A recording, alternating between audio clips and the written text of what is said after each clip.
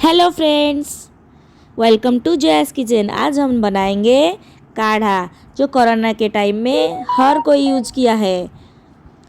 ये देखिए, काढ़ा के लिए हमें चाहिए ग्रेटेड जिंजर, अजवाइन, हल्दी पाउडर, जीरा, सौंफ और हनी और थोड़ा सा ब्लैक पेपर पाउडर, जो मैंने यहाँ पे रखना भूल गई हूँ, आप यूज कीजिएगा। यहाँ पे मैंने तपेले में 2 ग्लास के आसपास पानी लिया। सारे चीज़ को हम यहाँ पे डाल दिए, अच्छे से उसको उबालने देंगे।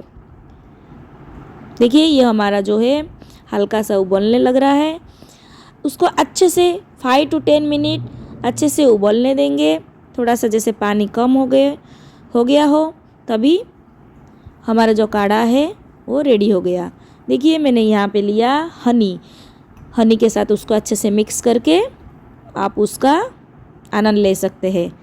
बट अगर आप यहाँ पे हनी यूज करना नहीं चाहते, गुड़ यूज करना चाहते हैं, तो आप जो पानी का जो तपेली था उसमें आप गुड़ को यूज कर सकते हैं।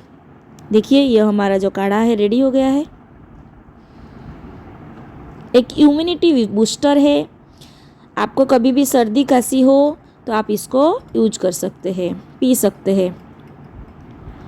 एक आयुर्वेदिक दवा है, कभी भी पी सकते हैं, बहुत अच्छा है।